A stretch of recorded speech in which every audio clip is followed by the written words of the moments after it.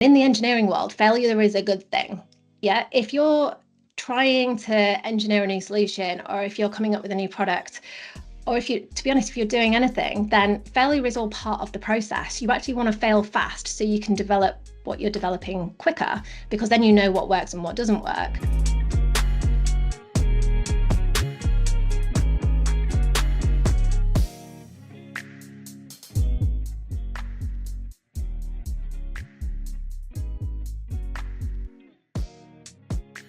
That is a great question, because I think for me last year, I accepted a role as managing director for a business. I went from essentially 6.5 years of me, myself and I to a team, and lots of challenges that kind of came within that. So I think for me, it's all about my network. I have an incredible network of people around me, and friends that I can ring up and say, am I being unreasonable here, or am I going mad here? Like, you know, what's going on? Because sometimes it's that like self-doubt that we all kind of want to get rid of, and we wish we didn't experience imposter syndrome. We wish we didn't experience self-doubt. But the fact of the matter is that I think we're always going to experience it. It's all about how we manage those things.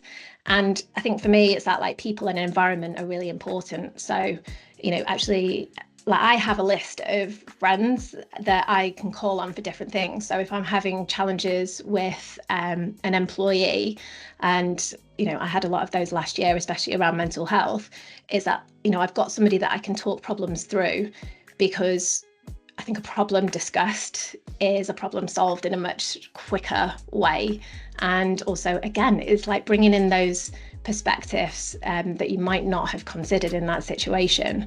So yeah, that's a big one for me, the people, the environment as well. So I have to force myself into like a kind of, I say it's like a quarterly retreat. So every quarter I sort of say, right, I'm going to take either a long weekend or an extra long weekend, and then just go walking in the hills, sort of stay at a hotel, just get out of the normal sort of situation of what I'm doing, because that, again, for me, the mountains and the hills are the best way that I can get an external perspective. So if I ever feel like I'm getting a bit sort of short-tempered with people, or if I feel like I'm, you know, getting a bit too stressed, or I'm focusing too much on the detail, then, you know, force myself to get out, take a day off, or ring somebody.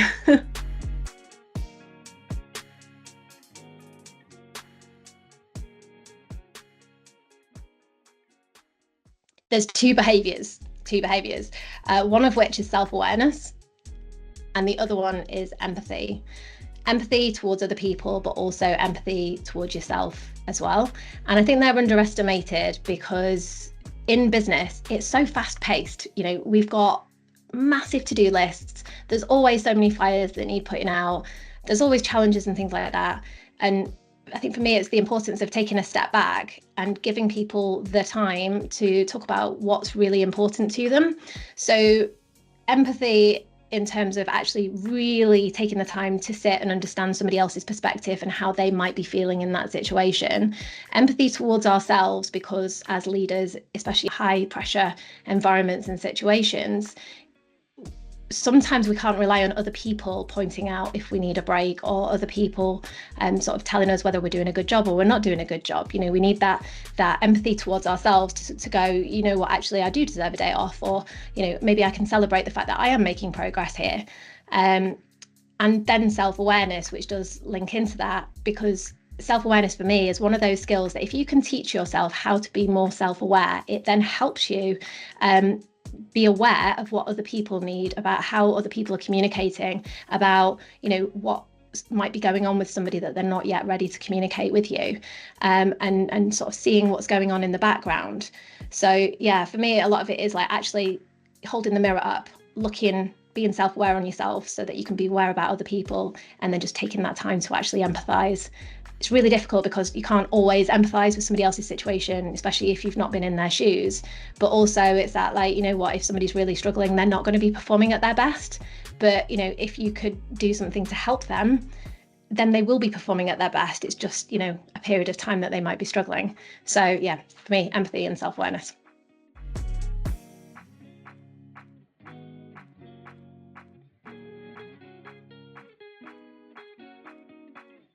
It's a really good question because it's the subject of a lot of my keynote talks. And even if it's not the subject of a keynote talk, I do tend to weave it in because it's really important. I think the first one is to acknowledge and accept that as leaders, as human beings, we're all going to fear failure. We're all going to fear judgment because at the end of the day, that's what makes us human. Like years and years ago, failure could mean sudden death, and judgment could mean that we get excluded from the tribe that we're part of. And belonging is really, really important as well. So instead of using energy thinking, oh, I need to stop feeling like this, use your energy to think, right, okay, well, actually, this is just normal. This is all part of it. And I think it's slightly easier because I have an engineering background. And in the engineering world, failure is a good thing. Yeah, if you're trying to engineer a new solution, or if you're coming up with a new product, or if you're doing anything, then failure is all part of the process. You actually want to fail fast so you can develop what you're developing quicker, because then you know what works and what doesn't work. I think it's the perfectionism that's the real challenge, because perfectionism is the thing that tends to stop people putting things out into the world. Whereas actually, if you just think, right, how can I get it to a point where, and this is an important distinction because I work in aviation, and you can't fly a plane that's like, oh, I'm 80% sure that this plane's not going to crash. Like, that's not what it's about. It's about choosing the environment that you're in and going, if it's a piece of content because you want to build up your personal brand, the consequences of it not working, it's not life and death. Nobody's going to die. And also not everybody's going to see it. But if you don't put it out there, you've got nothing to learn from. So for me, the advice is reframe failure as a good thing, reframe failure as part of the process, as a way of learning, because failure, in my mind anyway, it's only failure if you don't learn anything from it. The other part is around sort of judgments and people perceiving you in a different way. And I think this is something that I've really, really struggled with. And actually learning how to speak in public has helped me massively with this, because at the end of the day, not everybody is going to like you. And it's back onto that self-awareness piece. It's like, you don't like everybody else, so how can you expect everybody to like you?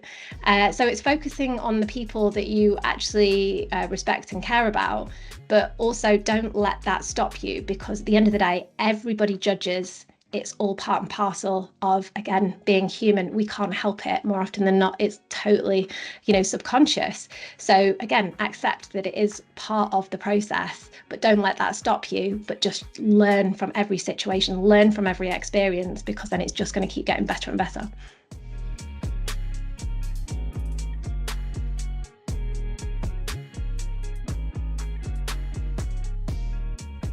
I think the thing that makes my talks different is because I have a very unconventional leadership journey, let's say. When people ask me, oh, so what do you do? Or what's your background? My response is usually, okay, how long have you got? So trying to explain it in a succinct way is actually quite difficult. But I think because I've got experience across so many different industries, I've worked in public sector, I've worked in private sector. I have had I've had two of my own businesses. I now run somebody else's business. I don't have any qualification. Well, no, that's a lie. I don't have any, I dropped out of university. And the only things that I am qualified to do is coach you around Olympic weightlifting and rowing.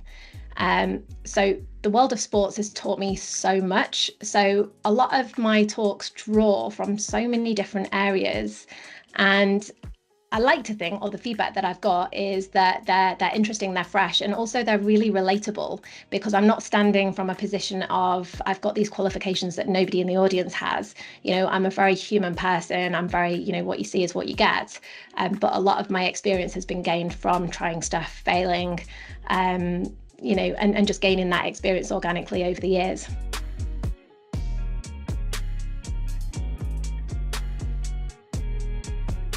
I really don't like the term motivational speaker, and I think it's coming from many years as a cynical engineer.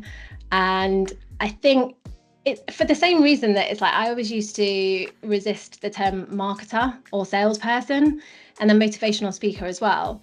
And one of the reasons why I don't like the term motivational speaker is because motivation is an unreliable source of energy.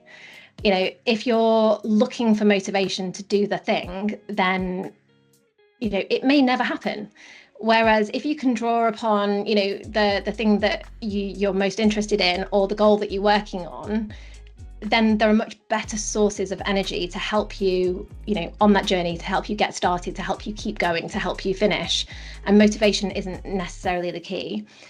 The other reason why I don't like to be called a motivational speaker is because I find a lot of motivational speakers have incredible keynote talks. They're very energetic, they're very inspiring, but it's in the moment, and that nothing happens afterwards.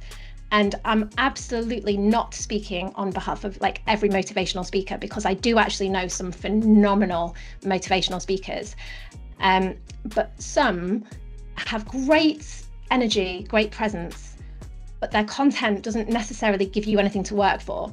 And I've sat at loads of conferences over the years where I'm sitting in the audience and I'm like, yeah, this is great. This is really interesting. This is really, really inspiring. But what am I going to do with it? Either because I don't resonate or relate to the speaker, or because there isn't really anything that I can take away and then apply in my role. And part of that, I think, is because I'm very black and white in terms of the way that I think. So if I deliver a talk, I want it to be inspiring, obviously, but for me, it's really important to give the audience key takeaways and things that they can use within the session, within the event that they're at, and then also afterwards as well. So again, it's not, when I say I don't like motivational speaking, it's I don't like the term motivational speaking, and I don't actually know what is a better option. And I also do know some incredible motivational speakers, but I think again, it's that if you look at everybody as a motivational speaker, you might motivate your audience, but is that really what you're looking for? And I think it's that I want to challenge people's thinking to think, right, what do I want to get from a speaker? Do I want to motivate them now or on a longer term basis?